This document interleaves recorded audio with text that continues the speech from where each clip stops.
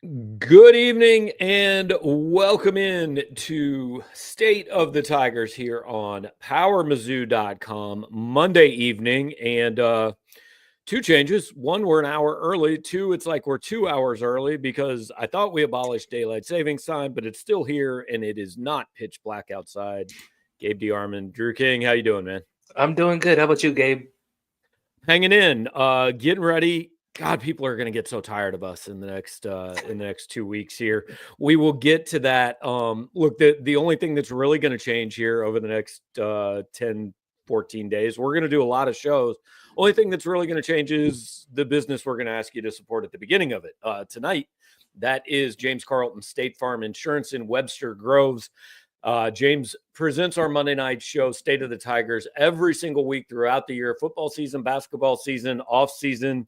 Hopefully the off-season editions don't start too soon. You can get in touch with James at carltoninsurance.net or at 314-961-4800. If you are one of the heathens who likes to know everyone's political views and what they had for lunch and what they did at the gym, you can go to facebook.com/carltoninsurance and find James there too. So, number of ways to get in touch with him. Drew, it is 31 games in, and all the practice games are out of the way. Now we play for real. Yeah, this is March. We've got games with real stakes now. This is the best time of year to be a basketball fan, Gabe. I haven't been this way for a while, but I used to be the sicko that was watching like the ASUN final and then the SWAC tournament, on the Ocho. But like Tuesday was the day where you were like, okay, there's Big East games on. Now we play real basketball.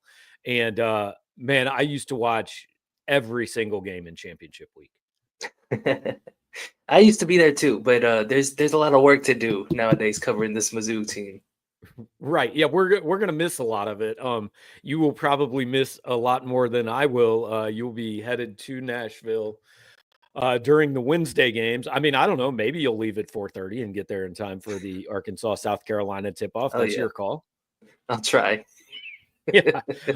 So next time you see Drew, he will be in Nashville, Tennessee at I don't remember which hotel. At some hotel about 7:00 Wednesday night. We'll do kind of our SEC tournament preview show.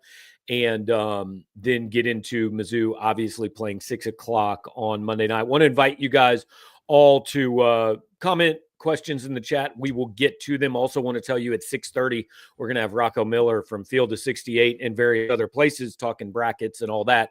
This is the SEC tournament bracket. We're going to do our SEC tournament preview in a few minutes. I want to get to first the SEC honors released today. If you guys missed it, Drew has a story up. Caleb Grill's 6th man of the year, Anthony Robinson, all defensive team, Mark Mitchell, 3rd team, all SEC. Drew, did they miss anything from Mizzou? Honestly, I think that was pretty fair given, Caleb kind of wasn't shooting as well in these last couple of games. Mark Mitchell really took a step up with his game in the second half of SEC play. And then Ant's just been a consistent guy defensively all along. So, yeah, I thought that it was pretty fair what Mizzou got out of the awards. Ant's been a consistent guy defensively all along when he's on the floor. We'll talk about that, I'm sure, later. But, yeah, like my initial reaction was Caleb Grill should be 2nd team or 3rd team all SEC. But the SEC, they used to give 8. It used to be 8 guys per team. So it was really almost 5 full teams. So it wasn't much of an honor. They're down to, they understand basketball in this league now.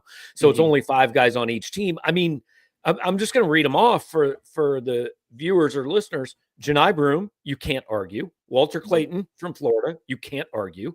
Mark Sears from Alabama, you can't argue. Wade Taylor and Zakai Ziegler from Texas A&M and Tennessee, I can't really argue those either. Can you? Yeah. No, I think that those are probably the 5 best players in the SEC.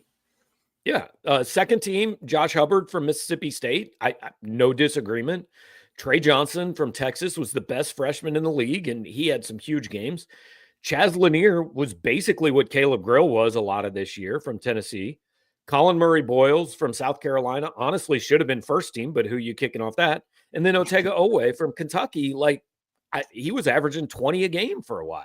Yeah.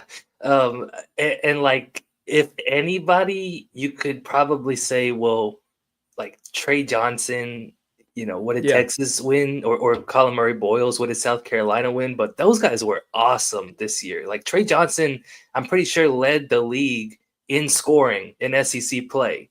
So, and then like Colin Murray-Boyles was often the best player on the floor when South Carolina plays. It was just kind of the surrounding cast that couldn't get them over the top most nights. So these are not team awards. I mean, look, to make it from a bad team, you have to be unbelievable. But like you said, Johnson and Murray-Boyles both were. Yeah, absolutely. So no real issues there. I was glad they gave Caleb the sixth man because, look, you could certainly have made an argument for Tahad Pettiford, right? Or for the kid from Florida. I can't remember his name, but they had a really good Elijah Martin. Yeah, good player coming off the bench too. So I'm glad Caleb got that recognition, but I just don't think there's this huge argument that, hey, somebody got hosed in this. Yeah. We didn't really talk about the third team, Gabe, if you want to walk through that. Yeah. Chad Baker Mazzara, that's I mean, I think he's probably Auburn's second best player. I think that's fair. Alex Condon from Florida, I don't have issue with that. Jason Edwards from Vanderbilt, glad to see him get that recognition. Yeah. Mark Mitchell, think he deserved it. And Sean Padula from Ole Miss, like you brought up before we came on the air, was a kid who was the best player on a 10-win team in the league. Right. And like that was probably the one guy you could point to and say, well, maybe Caleb Grill should have taken that spot. But like I said, he's the best player on a team that finished with the same record as Mizzou this year. So I think that because Caleb Grill got the sixth man of the year award, maybe coaches felt like somebody else deserved that spot on the third team. You mean sports information directors? Correct. Yeah, but Padula was a deserving guy nonetheless. For sure. And I think that points out, like, Chris Beard and Dennis Gates both did really good jobs. I mean, they're in the top half of this league without anybody on the first or the second team. Player of the year was Janai Broom. I mean, let's be honest, that was decided in like mid-January. I mean, that race was over. Yeah. I could make an argument for Mark Sears. You could, especially after Saturday. Right, especially after, like, I think this was decided 6 games ago, and Mark Sears was much better than Janai Broom over the last 6 games. Yeah, that's absolutely a fair opinion. What I will say, though, is that, like, if we're talking offense and defense, I think that Broom's a good ways ahead of Sears on that end. Yeah, and I've got no issue with Janai Broom. Like, he had a hell of a year. Bruce Pearl, whose picture was just up, and I know you guys probably don't enjoy looking at it a lot, so that's fine. But Bruce Pearl, SEC Coach of the Year. I mean, like we said, if you win the best league in the country and you clinch it with 3 games to go, who else are you going to pick? Yeah, Dennis Gates obviously had a chance at Coach of the Year, I think, but 2 weeks ago. 2 weeks ago, right? Like I think he kind of cost himself with those last few losses down the stretch there. And then, we talked about it before. Maybe Mark Byington could have won it, but I don't think that he won enough games to really put himself in the conversation. And so, yeah, I think that Pearl winning as much as he did in a conference this good kind of put him over the top. I don't think they release, like, I don't think there are voting totals on this thing. No. I'd be interested to know how many votes Todd Golden got, because Todd Golden's the other guy you can make an argument for. I mean, Auburn was, I don't know where Florida was preseason. I think they were kind of in the bottom part of the top 25, maybe bottom half. And I mean, they were 14-4. They were the only team in this league that didn't lose 2 games in a row, and they won at Auburn. I can make an argument Todd Golden deserved that award. But I can also make the argument that Auburn wouldn't have been 15-3 if they didn't already ice the conference title. Correct. But you could also make an argument that maybe Todd Golden took himself out of the running with some off the court stuff too. Yeah, fair. I don't know where that's gone, but if you have a vote and your stance is I'm not voting for that guy after the headlines that there were in the preseason, I honestly don't have an issue with that. All right. So, just wanted to run through those real quick. I know most of your guys' focus is on the SEC tournament. We're going to definitely get to that because we've got about 20 minutes before Rocco Miller jumps in and joins us and talks, NCAA tournament and all that. So, Drew, kind of initial reaction looking at the SEC tournament bracket from Missouri's point of view. I thought that you brought up a really good point when you kind of announced the field, which was that Mizzou has beaten all three of the teams that are in its section, right? They've already beaten LSU. I mean, they blew the brakes out of Mississippi State on the road. And so I don't think you're looking at either of those two teams and being overly concerned in the second round. Okay, let me interrupt and bring up this point. Missouri in the last 2 weeks has lost to three teams that they had previously beaten. They haven't beaten anybody in this league twice. Like, that is the counterpoint here, right? Yes, correct. I'm more so just saying, like, the feeling they had going into the second game against Arkansas and Vanderbilt and Oklahoma, even though it didn't pan out for them, I think that they're still going to go into this with some confidence that, hey, we've beaten LSU, we've blown out Mississippi State, and then the same thing with Florida is that, obviously really good team, but you beat them on the road, and I'm pretty sure they're the only team that's beaten them on the road this season. Yeah. So on a neutral floor, I would still give Missouri a chance, but that's assuming that they can kind of return to form from what they were 2 or 3 weeks ago. For sure. But yeah, they've beaten everybody that they could face before the conference semifinals, and everybody that they could face before the final except Kentucky. And like I said, Saturday's game was really just for who got the 6 and the 7 seed. I don't know. Do you see any real difference between playing the winner of Mississippi State LSU and playing the winner of Georgia Oklahoma? Not especially. Yeah, I think I'd rather play the winner of Georgia Oklahoma if I know the winner is going to be Mississippi State. But if I know Matt McMahon maybe can do me a solid, I'm pretty happy with where I'm at. Yeah. Honestly, Gabe, like I'm even looking at this like maybe I'm catching Mississippi State at the right time, right? Because Oklahoma's looking pretty good right now, and Georgia's really hot. They're one of the hottest teams coming into the SEC tournament. So it might have worked out as good as it could for the Tigers here. Yeah, if it is Mississippi State, Missouri, I mean, it's literally somebody's going to have to erase, kind of a sour taste at the end of the season, because Mississippi State struggled down the stretch too. What's a good week for Missouri? Like, what do you walk away from this saying, yeah, you're happy with that? I think that you for sure have to win in the second round. You got to get some confidence back after this 3-game skid. And then I would say, like, just be competitive at least with Florida. I don't know that you go into that game expecting to win, but again, it's a team that you've beaten before, so you want to look like it, as competitive as it was the last time around where Missouri won by a point. So I think that if you can just pick up one win at least, snap the losing streak, and then, roll the dice with Florida there and see if you can't make a run, I think that's a great week for Missouri.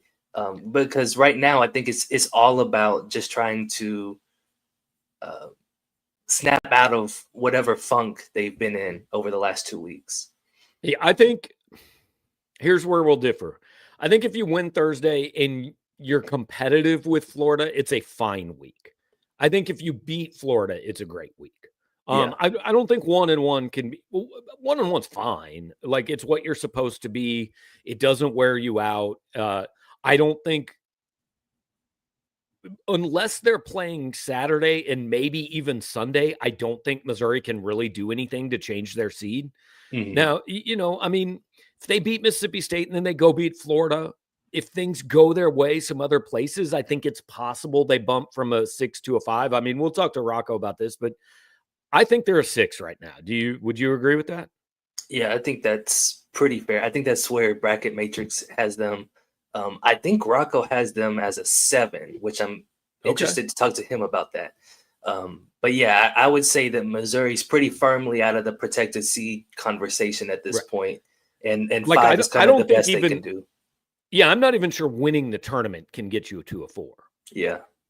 So when I look at it that way, if you beat Mississippi State, you're not going to go down. Like, losing to Florida is not going to knock you down a line, right? So I don't even think losing to Mississippi State knocks you down a line, to be quite honest. Right. But I think if you could beat Mississippi State, hang with Florida, you're in good shape. But if you beat Florida, like, then I do think you maybe look at. I think it's 2 things. I think, first of all, it's, do you maybe bump up to that 5 line? And second of all, it's, hey, you kind of remind everybody that just 3 weeks ago they were talking about this as a Final Four capable team, So, like, I do think it would be good, even regardless of the exact result, if Missouri can leave Nashville and people can go, okay, that looks a lot more like the team I saw on February 10th than it looked like on March 1st. Yeah, and I think the thing that beating Mississippi State and Florida would do for Missouri, they're 9-10 in quad 1 and 2 games right now. So if you beat Mississippi State, you're back to 500. If you beat Florida, you're over 500. And obviously, like, with the loss, they'd go back down to 500. But that's still, like, it gets you your 10th quad 1, quad 2 win on the season by beating Mississippi State, I think. That is insane that they will have played a minimum of 20 quad 1 games. Yeah. And I would assume that is, like, not among the highest in the SEC, as you're looking at some of the bracket projections out there. I know this is Jerry Palm up there right now in Denver. Certainly, I would not be opposed to that. But, like, I know Auburn's played more than 20. I would assume there are at least 4 or 5 SEC teams who have played more than 20 quad 1 games. Well, to be clear, they've played in 19 quad 1 and 2 games, right? So they played 1 and 2. Okay. Yeah, but 16 quad 1s, and basically all of that is the SEC and probably Illinois and Memphis, right? And Kansas. And Kansas. I think Yeah. Kansas. But yeah, they are. Yeah, so it's been a tough schedule, right? Like, I know we hammered them about the non-conference being really easy, but the SEC has been good enough that they've still played in a lot of tough games this season. Yeah. And so, like, I mean, the thing about Missouri, I was looking at it earlier, I think the impressive thing about this team, like, their worst loss is to a team that might play its way into the NCAA tournament the next 2 days. Their worst loss all year is at Texas, right? Yeah. I mean, if you go by the, who's in, who's out, things like that. Right. Yeah. No, I agree with that. And that was probably their worst performance of the year too. Like, I don't think we've seen them be held to 58. I think they were worse at Oklahoma. Okay. Like, they scored more points, but they played deep. They were competitive at Texas. That Oklahoma game, you and I called with, like, 10 minutes left in the first half. Yeah. I mean, that one was over early. So I think that was the worst. All right. Like, I know the confidence of the fans is shaken, certainly. The team, if their confidence is shaken, we're never going to really know that. Where's your confidence level in this team being able to do something in the next 2 weeks? I would say it's definitely lower than it was 2 weeks ago. What I will say that I think Mizzou can kind of hang its hat on is that it usually figures out a way to bounce back. They lost to Tennessee and Texas A&M, and they follow it up with wins over Oklahoma, Georgia, and Alabama. They lose to Arkansas and they bounce right back with a 30-point win over South Carolina. So I think that that's one thing that is keeping me a little bit optimistic, is that this is a team that has shown it can hang with just about everybody in the country and has shown it can handle adversity pretty well. But obviously, like, the last couple of weeks have not been good. So I don't think that necessarily it's a top 10 team like we thought it could be earlier this month, but I think it's still a top 25 team. And so I think that there's still a lot on the table for the team to accomplish in March. Yeah, I would say, I mean, look, your confidence has to be lower than it was 3 weeks ago, right? Because if it's not, then why do they even play games? I mean, what are you doing? We've seen it, but I would say my confidence is higher probably than a lot of people. And the reason is simply this: like, I think they're one day away from kind of finding what they had, in that, I mean, if you are an opposing coach, and take the SEC tournament out, because whatever, that's a 4-day war in Nashville. Like, every game's going to be a mess. But if you're in the NCAA tournament and you're, one of these higher seeded mid-major teams, you know what I don't want to see? A Missouri team that I know is capable of hitting 17 threes on me, or is capable of Mark Mitchell going for 30 points.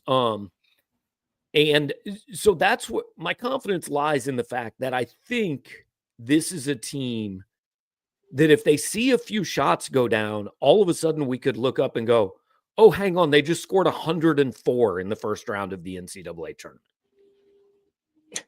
Yeah, that's now they might have to, but right. That's the other thing, is just like some of these games, obviously, like Vanderbilt, terrible loss, but it was only 4 points and it went to overtime, right? And that was one of Mizzou's like worst performances of the year, and it's still not a bad loss. Kentucky, not great that they gave up 91 and only scored 83, but it's a single-digit loss. So they haven't been playing close to their A game recently, but that's still in their pocket, right? If they can get out of the C and move up to like the BB plus range, I think that they'll be all right. And shouts to Freeway Jared for the super chat. Not a great time to be linked to Drewski in any fashion right now, but thanks anyway. Wait, I'm missing a pop culture reference or something. Okay, there's a comedian named Drewski, who has been named in a lawsuit related to the P. Diddy parties. I'll just say that. Gotcha. I hope that you're clear of that. At least I at least hope we get through the next 3 weeks and you can cover the rest of the season. Yeah, after that, we'll deal with it. Now, to be clear, I'm not the one named in the lawsuit. Different Drewski. I figured. Okay, so I want to get to this before we get to Rocco in the next few minutes. Give me a player that you look at that you say this guy's the key. If Missouri's going to make a run, this guy's. I don't care whether he's got to be the guy to lead the way. He's got to be the guy to play better than he has been. Whatever. Give me a guy. Okay. You could name the entire roster if I'm being honest, but I mean, I'll be honest. I don't think Honor Boateng is the key to the entire. Could be wrong. I don't know. We'll find out, I'm sure. But for me, Mark Mitchell has been the guy for this team over the last month, right? He's averaging 19 points a game. He's shooting 65% in the paint, shooting 73% at the free throw line in that span, Gabe. And he's been a whole lot better on the boards. For me, like, he has to be just as consistent as he has been the last 4 weeks for Mizzou to get anywhere in March. Because if not, I feel like the rest of the team has been a little bit too inconsistent for them to be successful. So they need Mark Mitchell to just keep being himself here. Okay, I find it interesting, and this is kind of telling, like you were saying. I mean, we've got 3 answers in the chat, and they're 3 different guys. Yeah. T-Rise says Ant, Ryan says Josh Gray, and Sam says Trent Pierce. And I don't know that I'd argue with any of those. Here's why I don't ID Mitchell as the key, because I just assume I know what I'm getting. Like Mitchell and Caleb Grill, I put in the category of, yeah, they have to be good. If they're not good, Missouri's going home earlier than you want Missouri to go home. Now, that said, Mitchell, like you said, has been really good for about 3 weeks, and they're like 2-4 in those games. So that's why I kind of look elsewhere. Mitchell has to be good. Grill has to shoot better than he's shot lately. But then where I'm at is it's that third guy. And I don't really care if I don't even think it has to be the same guy every night. I don't care if it is Ant Robinson. I don't care if it is Tamar Bates. Like I would take it being Trent Pierce, as unlikely as that seems right now. I don't care if it's Marquez Warwick, Jacob Cruz, whatever. Pick a third guy. They need a third scorer to make the kind of run that they want. And I think the most likely thing is that it's not necessarily the same guy, right? But I think Mitchell and Grill have to, like, they don't have to have 25 every night. But if Caleb goes 2 for 12, they're probably losing in the NCAA tournament. If Mark Mitchell has 6 points and 4 rebounds, they're probably losing in the NCAA tournament. Yeah, absolutely. And like you said, Tamar's been that guy for most of the season. I'm not sure that we're getting the same kind of guy going in, which is I said on our site today, you can't convince me he's healthy.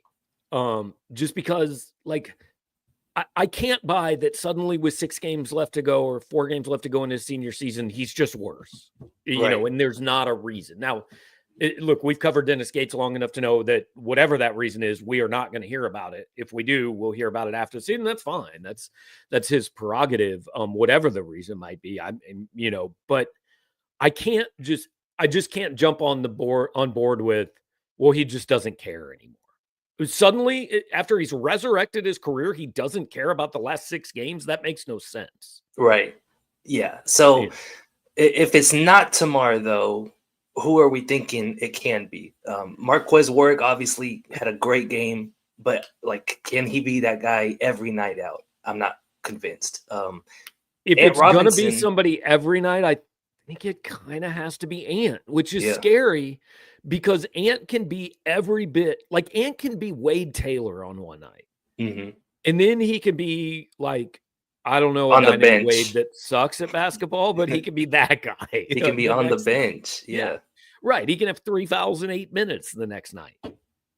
And the concerning thing to me about the Kentucky game was it wasn't fouls. He wasn't in foul trouble in that game, and he did nothing. He was invisible. Yeah, and I'll give credit to Lamont Butler there. And I know we're going to talk about dark horses, and Kentucky's kind of one of mine, because with Lamont Butler healthy, that gives them a really good point of attack defender, and he completely shut Ant down. But yeah, like, I think that if they are going to need a third scorer and it's not going to be Tamar, Ant's probably the obvious guy who's going to step up next. And he's – go ahead. I was going to say maybe it's Jacob Cruz, like Sam Thomas says, but I just can't count on that every night. Like, I can see it. I can see Jacob Cruz rescuing Missouri in the first or second round. I can't see him developing into a guy that all of a sudden I know I'm getting 15 out of him. Yeah. Because I just think he takes too many shots that are not good shots, which leads back to the Trent Pierce thing, which we talked about plenty. So before we get Rocco in the next few minutes, you did mention dark horses. So SEC tournament, let's jump back to that real quick. First of all, who do you think wins it? I know that Auburn just lost 2 in a row. I still see them winning the whole thing. They're just so deep. I think that last week is probably going to wake them up a little bit. So I've still got Auburn winning the whole thing. I think Auburn wins it too. And the reason is real simple, because I think you're going to get 8 teams in the quarterfinals where nobody really has to win it, right? They're all kind of locked into what they are. And so it's not like Tennessee is going to play with its hair on fire any more than any other team would. Like, I'm not saying teams aren't going to try to win, But when the motivation is relatively equal for everybody, just give me the team that has the most talent and was the most consistent over the course of the year, and that's Auburn.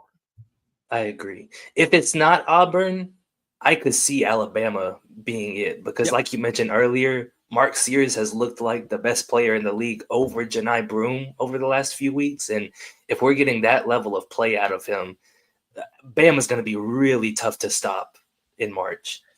Yeah, I picked an Auburn-Alabama final, and I picked Auburn to win it just because they're pissed off about losing the senior day to Alabama. All right. I actually think the answer to this is nobody. But who can win this outside the top four? Yes, I brought up Kentucky because, again, they're getting Lamont Butler back. That'll give them a pretty nice boost defensively. And they have shown that they can score with the best of them, right? They beat Florida earlier this year, 106-100, or I had that backwards, something like that. But yeah, no, that was right. Yeah. Okay, Kentucky has the talent to keep up. They've just been really inconsistent. So I think if they can find a groove like they have this past week, they're a team that can go on a run here. That's my thought. So this is like a super boring pick because it's the highest seeded team outside the top four. But looking at the bracket, if it's not one of the top four teams, I think it's Texas A&M. Mm-hmm. Because like Texas A&M I think they'll have no problem with Texas or Vanderbilt. And then, I mean, they can beat Tennessee in a 58-54 game in the quarterfinals, right? They already did. They did this season. Right. Right. And so then you're into the semis against an Auburn team that they have beaten before. Mm-hmm. The way it lines up, the draw, like I can see A&M. And the reason I don't like Missouri and Kentucky is, like, I think Kentucky could beat Alabama. I think Missouri could beat Florida. I don't think those teams could then turn around the next night and beat the other one. Yeah. You know, like that is an incredibly difficult back-to-back assignment on 2 nights in a tournament where, again, you don't really have to win if you're not Texas, to be quite honest. So, all right, just our guest pop in the green room. So, Billy, if you can pop Rocco Miller up on the screen, and Drew, I'm going to leave the intro to you because you line this up and you know Rocco better than I do. So. Yeah, so Rocco and I have gone back a few years. We have a mutual acquaintance in Alex Housladen, who used to be a director of basketball operations at Texas State. That's kind of how we got connected. Rocco runs a site called Bracketeer.org where he puts out his own projections for the NCAA tournament. He's one of the most accurate bracketologists, top 10, I think, in Bracket Matrix over the past 5 years. Is that right, Rocco? I believe so. So. We've cracked it. We've done it, Drew. Me and you together. So Rocco also contributes to a lot of other things that I'll let him kind of tell you about, but like Field of 68, he does mock selection committee. So there isn't a whole lot of people that I know of who put in more work trying to predict the tournament than Rocco. So we're very happy to have him. And Mountain West tournament this week, is that right, Rocco? I actually just got to the Orleans Arena, you guys. So I'm here for the WCC tournament. There we go. And there's actually a women's game still going on. I don't even know who's playing. That's bad because I should know my WCC women's basketball. But we might get a late start because I don't know. It must be an overtime. I've come to this like 6 years in a row, and I've never I always get here around the same time, and I've never seen the women still playing. So I'm assuming they're in overtime. But otherwise, we've got 2 semifinals tonight. Gonzaga will play San Francisco in the late game. And then Pepperdine, the Cinderella story, going for their 4th win in a row. They're going to be playing the league champion St. Mary's. So we'll see if it can even be a close game in either of them. Both the Gonzaga Bulldogs and St. Mary's Gales are heavy favorites tonight. And then, I'll stick around for a few extra days. So I might pop into the Mountain West, maybe a little bit of WAC, maybe a little Big West, but this is a great place to be this week, all month really. But you get some live games here this week. We were just talking. I mean, the college basketball sickos anchor down on your couch and watch, all these ridiculous games between teams you've never heard of before this week. But like, if you look across the country and you tell me there's one, I can go to one conference tournament. I'm buying a ticket. What conference tournament are you going to? Well, you guys are so lucky you're in Missouri. So the Missouri Valley is a must. And I still haven't even gone. It's literally like you can feel it through the broadcast. And that Friday every year is super intense with those 4 quarterfinal games. And I just remember going, back 10, even 5 years ago with Wichita State maybe being the number 1 seed, getting their hands full in that Friday morning game. The number 1 seed always plays early Friday, and it's usually really interesting. We just saw Drake come out of that. So I think that's the best, especially for the first week. It's not even close comparison. And then I think going into this week, it depends what you like. But I think the Big East has the most tradition. I grew up liking Syracuse as a little kid. And obviously the Big East has so much nostalgia around their tournament and playing in the Garden and just the great moments that come from that. I think that'd be a bucket list for most people. But then I think if you're, just trying to figure out which league would have the biggest surprises, last year in the Mountain West, New Mexico won the tournament. That got them in. We found out later from the committee that they would not have been in. So that was there's always a lot of drama here at the Mountain West. And then you also have the American Conference, since, a lot of the great teams over the years have kind of moved on and Memphis is still stuck there. Once again this year, if anybody besides Memphis wins that thing, there's an extra big gone from the equation. So we'll have some drama in Fort Worth, Texas, guaranteed on Sunday this week. Awesome. Well, Rocco, kind of turning the focus to Mizzou here. I know about a month ago, we were talking about this team potentially becoming a protected seed. First question, after these, losing 4 out of the last 5, do you feel like they're kind of out of that conversation at this point? Or is there anything they can do to reinsert themselves into the conversation? Yeah, unfortunately, I think that ship sailed. You look at Mizzou right now on the team sheet, and in their quad, they have a lot of data playing in the best conference in the country, as you guys know better than anybody. And their record, you start and stop right there. 6-10 is not going to get it done for a protected seed. In fact, I'll give you an example. Like I barely had Purdue out of the protected seeds, which are the top 4 seed lines for those who aren't familiar with the term, because they were 7-8, 1 game under 500. In Mizzou, of course, 4 games under 500. That you have to check a few boxes to become a protected seed, get that big road win, which Mizzou definitely has at Florida. We love that. But their record away from Columbia is 3-8 overall. That's hurting them not only for a protected seed, but also in overall seeding. And then, of course, that 6-10 quad one, you only have 3 wins in quad 2. So it's still 9-10 in their 19 toughest games. Obviously, they're undefeated besides quad 1. So once you get past that, they're in good shape. But when they're compared to a bunch of teams around them, they're actually starting to lose a lot of those comparisons now. I think the consensus is they probably enter the SEC tournament as a 6 seed. I know Drew said you have them on the 7 line right now. Can Missouri do much to alter where it is? I mean, we've debated like the top 10 teams in this league are all in. I don't know how important the SEC tournament is, honestly. I think you get to the quarterfinals and most of those teams are kind of going to be locked in where they're at. Right. Yeah. No, I think, they could play Mississippi State on Thursday. That would help because you get another win against a tournament level team. I imagine, with the way the committee does their process, it starts Wednesday early and it will go through probably Saturday morning with just solidifying the 68 and getting a lot of the seeding done. So those discussions will be ongoing as, potentially Missouri plays Mississippi State if that's the matchup. And right now, basically like those last couple of 5 seeds, starting with Michigan, we'll see how St. Mary's does here. And then all the way through the 6s, the 7s, and spilling into the 8s. So how many teams is that? That's probably 14 or so teams. Yeah, they're all so close. We had a lot of debate about them on the mock committee last weekend. And so even just Missouri losing at home to Kentucky threw them from like a very strong 6 for me down to the 7s because some of the other teams stepped up. And, you're like today I got in a big comparison between BYU, Kansas, and Missouri, and it was tough because Kansas played both. And we have head-to-head, but, Missouri played them at home. BYU played them at home. And, there's a lot of other teams around them. You're trying to figure out where Memphis belongs in that mix. You're trying to figure out where Ole Miss belongs. There's UCLA. Louisville hasn't really got the chance to play teams. They're kind of in there. And so it's a lot.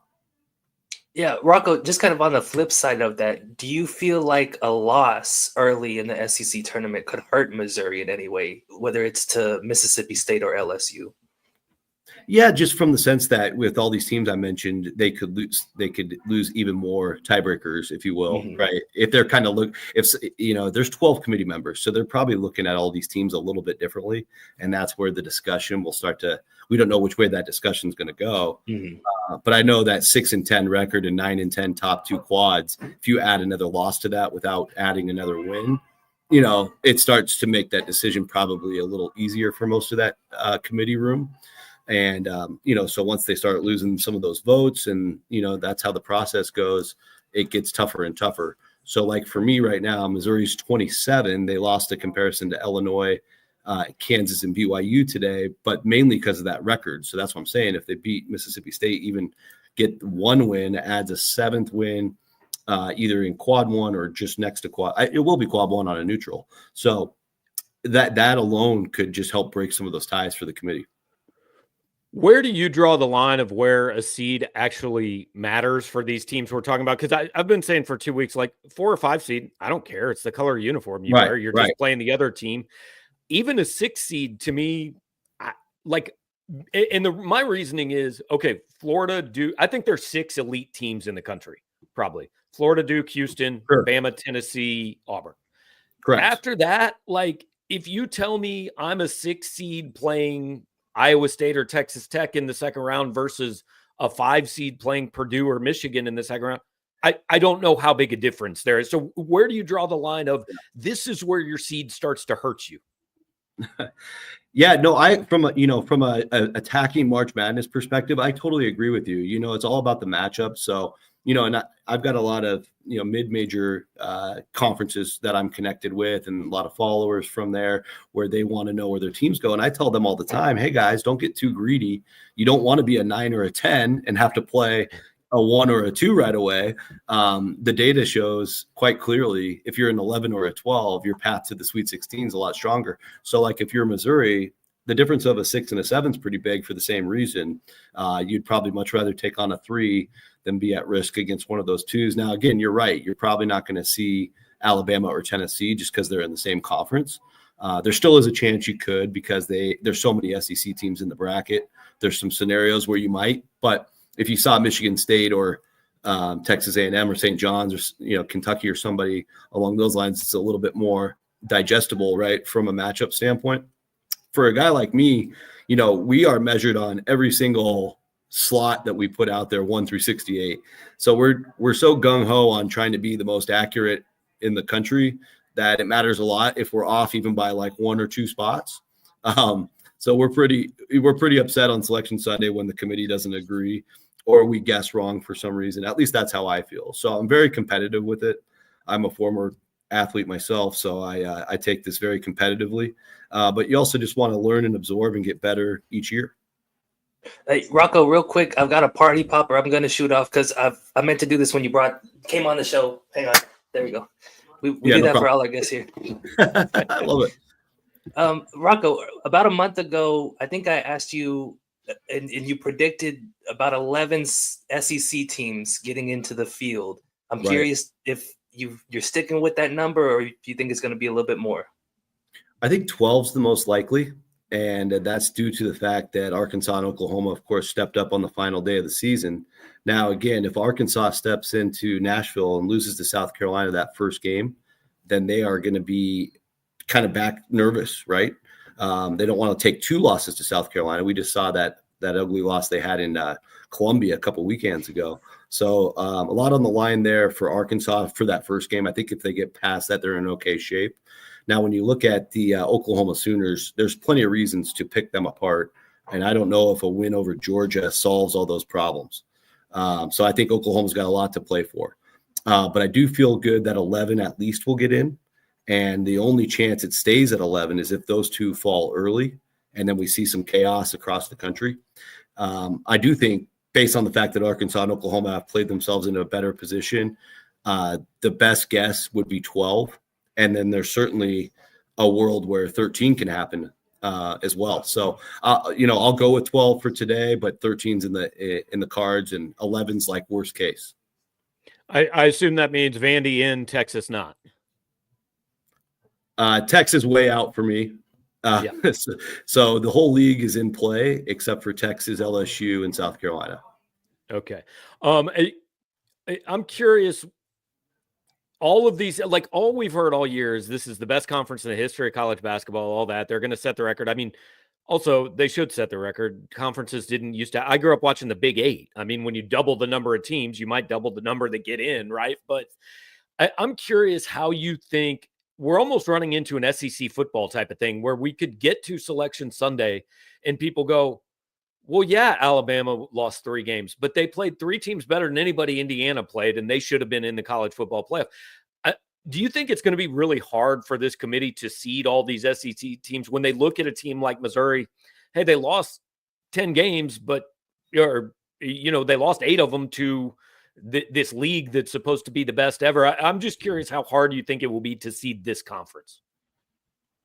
Yeah, it's difficult because they have such a larger amount of data than most of the teams from different leagues when compared to them, because you're constantly playing quad 1 games or big time top 10 level games. You're going to play one of those top 5, 6 teams that are in the top 3 lines, probably on average once a week, for all those weeks of conference play.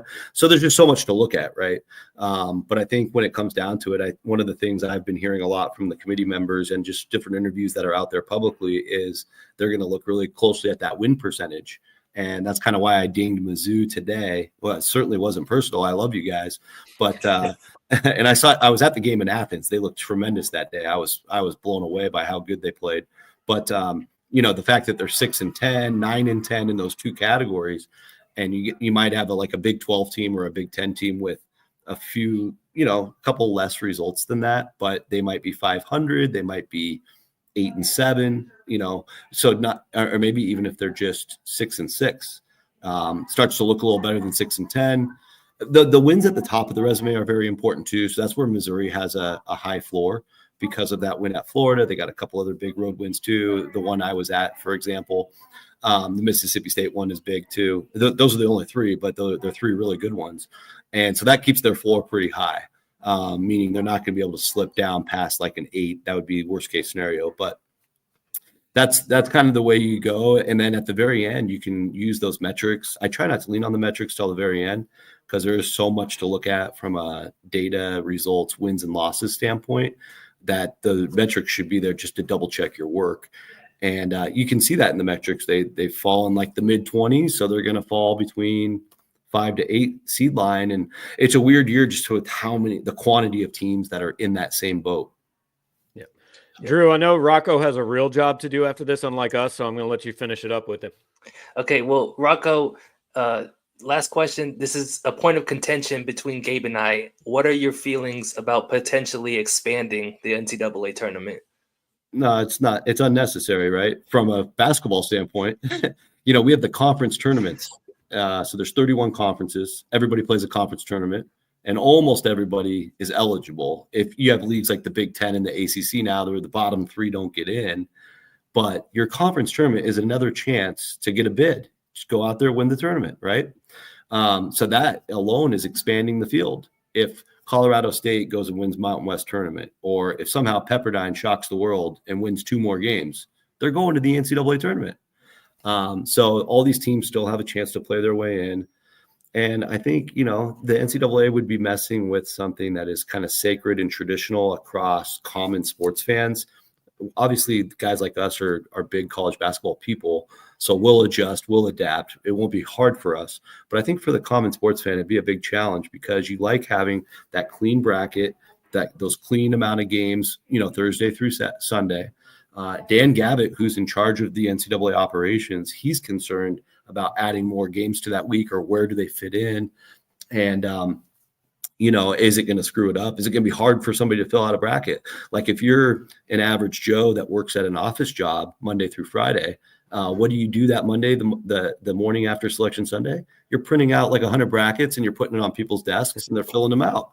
Well, if it's hard to fill it out or it's confusing, people are not going to be interested. They'll be like, no, let's talk about NFL free agency or the NBA, right?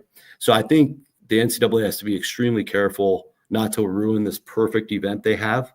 And at the same time, the conference tournaments give everybody a chance. So, it's been harder and harder for the teams not in Power 5 to get looked at too, but I don't think expanding is going to help them at all. I think it's just going to mean more mediocre power conference teams getting one last chance to win again. You look at a Texas or an Ohio State this year, or even a Baylor. Like, how many chances do they get to win, to lose and then go back and play again? It gets ridiculous, so we don't want to see that many losses on one team's record and still be able to go to the tournament. Standing ovation to that answer. You could have said, Drew, I already told you Oklahoma has a chance to get in this tournament. That's the argument against expansion right there. Thank you. Thank you for saying that. Thank you for saying that. All right, Rocco, appreciate it, man. Everybody loves your work. Just kind of give them a shout on the way out the door everywhere they can find you this week. Yeah, appreciate it. Thank you. I'm here at the WCC tournament. I'll be here for a couple of days in Vegas throughout the week. I'm at bracketeer.org, my website that I own and operate. Rocco Miller 8 X/Twitter and Blue Sky, all those things. And then Fielding the 68 as part of Field of 68 Network. We're going to be going. We just got done with an episode earlier today. We'll be going Wednesday, 5 Eastern, Friday, 5 Eastern, and then a live reaction show during the selection show, which is always fun. If you don't have the bandwidth to watch that live, you can always rewatch it. I totally understand if you have a sacred tradition of watching the CBS broadcast, but it's a good chance to see kind of my reactions to seeds, for example, because we've looked at these resumes so many times and there's always a surprise and usually more than one. So it's going to be a big week, fun week. It's going to go by fast, but we're going to try to take it all in. All right. Appreciate it, man. Thanks for hanging out for a while. Yeah, my pleasure. Thanks for having me, guys. Appreciate you. All right, that is Rocco Miller. Again, you find his stuff at bracketeer.org. And he is one of the, I mean, there's a million people who do these. He's one of the better guys out there, one of the more consistent, and he's your friend, and he totally agrees with me, Drew. So it's a tough pill to swallow. Yeah. I mean, that's a W for me. Yeah. One other thing I wanted to say about Rocco, during the summertime, you want to have his Twitter notifications on because he also breaks a lot of scheduling news. So he's not just a bracketologist, also does a lot of schedule reporting. So he's a really good resource to have. So if you want to be the first to know which sub 320 teams Missouri schedules in the non-conference next year, Rocco's your guy. All right, let's finish up with this. After listening to him and the explanation, does that change your opinion on what we should expect going into Selection Sunday? Yeah, I think that kind of like we said, 4 seed out of reach. And I don't think there's anything Mizzou can really do about it. It does feel like 6 seed is going to be the most realistic based on what Rocco said. I know he said that he's got him on the 7 line, but a win over Mississippi State would probably help move them up a little bit. So, I don't know that a 5 seed is necessarily within reach, but I wouldn't completely rule it out yet. That's just I think a 5 seed takes reach in Sunday. Yeah. Or other teams losing earlier. The one thing, I mean, I'll tell you this, man. If they lose to Mississippi State and they pop up on that 8 line, I would have a hard time seeing, like, I'm viewing the floor as 7. Rocco knows way more about it than I do. I view the floor as 7. Maybe I'm wrong. Yeah, I don't know. I think that based on the work that Mizzou already did, right? We were talking about them as a 4 seed. And I know it hasn't been great the last couple of weeks here, but the whole season has to matter. It's like we talked about with college football playoff. If the whole season doesn't matter, why do you play the whole season? If it's only about if we're letting South Carolina in because they've won 4 in a row, then just start the season in November. Yeah. Well, Georgia's the one that's won 4 in a row. But I was talking South Carolina football. Football, okay. South Carolina football. But so, like, if we're dinging Missouri this much for going 1-4 in the last 5, yeah, then, like Texas A&M lost 4 in a row 2 weeks ago. Then why doesn't that count? So yeah. I just, again, he knows way more than I do. I will tell you, our message board will burn if Missouri loses to Mississippi State and we see them pop up in an 8-9 game opposite Duke on Selection Sunday. Yeah. And it should. Like, this team's earned better than that, I think. Yeah, I agree with you. Yep.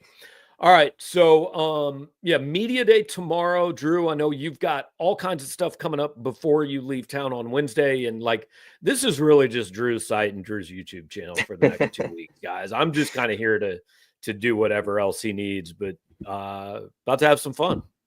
Yeah, I'm really looking forward to this week in Nashville, and then I'm looking forward to seeing where we're going next week. So this is, like I said, it's the best time of year to be a basketball fan, easily. I hope you get to at least spend 2 nights in Nashville. Missouri needs the opening win. After that, whatever happens. But Missouri needs to beat Mississippi State and like, honestly, even though you'd rather play LSU, it's better for them if it's Mississippi State. Right, because I don't know that LSU would be a quad 1 win. I'm not sure where they are. LSU does nothing for you. Yeah. So it definitely needs to be Mississippi State. But also, Gabe, I'm pretty sure I'm going to be 2 nights in Nashville regardless because I'm getting there on Wednesday. Okay. That is, yes. So I guess they can't lose Wednesday night. Good point. Correct. All right. So, look, appreciate all you guys hanging out with us. I know we didn't maybe hit as many of the comments or questions out of the chat as we do sometimes because we wanted to get Rocco on and give you kind of the national NCAA tournament perspective. But there's going to be plenty of chances. Again, Wednesday night, 7:00 after Drew gets to Nashville and gets set up, we'll be here doing the Mississippi State SEC tournament preview. We'll be here Thursday night after the game, Friday night after the game if there is a game, Saturday evening after the game if there is a game. And then Sunday, potential for 2 shows because we will definitely do one after the selection show. And if Missouri's playing on Sunday, we'll do a post-game show after the SEC championship game. So a lot of chances to talk to us here. Selection Sunday, look, 6 days from now, that is 142 hours. We're going to have a bracket. So looking forward to it, y'all. Thanks for hanging out. We will talk to you next time, and make sure to check out carltoninsurance.net. Get in touch with our buddy James Carlton. I know he's looking forward to postseason basketball. So get in touch with him, talk insurance, talk March Madness, talk whatever you want to talk, but just give him a call. 314-961-4800. We'll talk to you next time.